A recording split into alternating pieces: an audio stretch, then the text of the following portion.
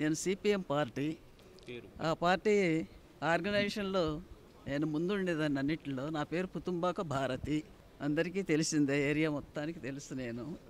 అందుకని పేదలు కాదు ధనికులు కాదు, ఎవరికి సమస్య వచ్చినా ఆ సమస్య ఉన్న చోట నేను ఉంటా, అంతే. ఆ విధంగానే ఈ కేసు తెలిసి కూడా నేను మణిపాల్లో చేర్చారు బాబుని, సీరియస్గా ఉంది అని తెలిసి నేను సీఎం గారిని కలిసే ప్రయత్నం చేశాను. నాకు మిత్రులు 2-3 సహాయం చేశారు ఇక్కడ. వారి సహకారంతో నేను సెకండ్ టైం వెళ్ళేటప్పటికే నాకు ఇంటర్వ్యూ ఇచ్చారు. నేను చెప్పిన వెంటనే 10 లక్షలు చెక్కు రాశారు. ఇవాళ చెక్కు రిలీజ్ చేశారండి.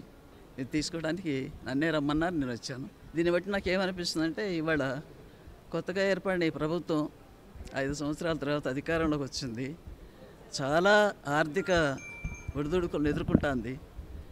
ఆ పరిస్థితుల్లో కూడా, ఇబ్బందుల్లో కూడా మానవత్వాన్ని నిరూపించుకున్నారు ముఖ్యమంత్రి గారు అని చెప్పేసి నేను చెప్పదలుచుకున్నా. ఈ సందర్భంలో 10 లక్షలు రాసి నేను అడిగిన వెంటనే ఆయన మళ్ళీ ఇంకొక ఆలోచన లేకుండా వెంటనే రాసి చెక్కు తీసుకెళ్ళండి అని నిన్న ఫోన్ చేశారు. అందుకని ఈరోజు వచ్చాను నేను.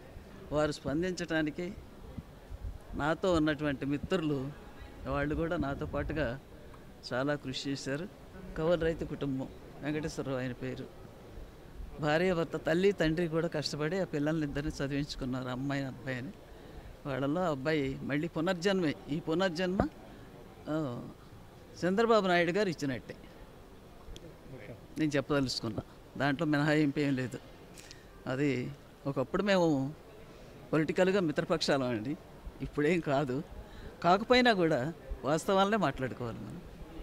అందుకని ఈ సందర్భంగా ఆయన మానవత్వాన్ని నిరూపించుకున్నందుకు చాలా చాలా కృతజ్ఞతలు. మా అబ్బాయి పేరు సాయి ఫణీంద్ర అండి. ఉద్యోగం కోసమై తెనాలి వస్తూ ఉంటే కొల్లూరు దాటగానే యాక్సిడెంట్ అయిందండి. కోమాలోకి వెళ్ళిపోయాడు. 6వ తారీఖు మణిపాలకు తీసుకొచ్చాం. ఖర్చు చాలా ఎక్కువ అవుతుంది. అది మాకేమీ ఆస్తి లేదు, కౌలు చేసే చదివించేవాము. ఇక అట్లా ఎత్తుకుతా ఉంటే వారు సీఎం గారితో కాస్త చేసి సహకారం ఇప్పుడు 13-14 లక్షలు అయ్యి ఉంటాయి అనుకుంటున్నాను. నేను కూడా వాడలేదు, నేను కూడా స్పృహ తప్పిన్నాను. నేను అంత వాడే శక్తి కూడా లేదు. అంత బంధువులు స్నేహితులు అట్లా అడ్డం వేస్తారు. నేను 1-2 లక్షల వరకే, 2 లక్షల లోపే మన ఇంట్లో ఉంటే వాడాను.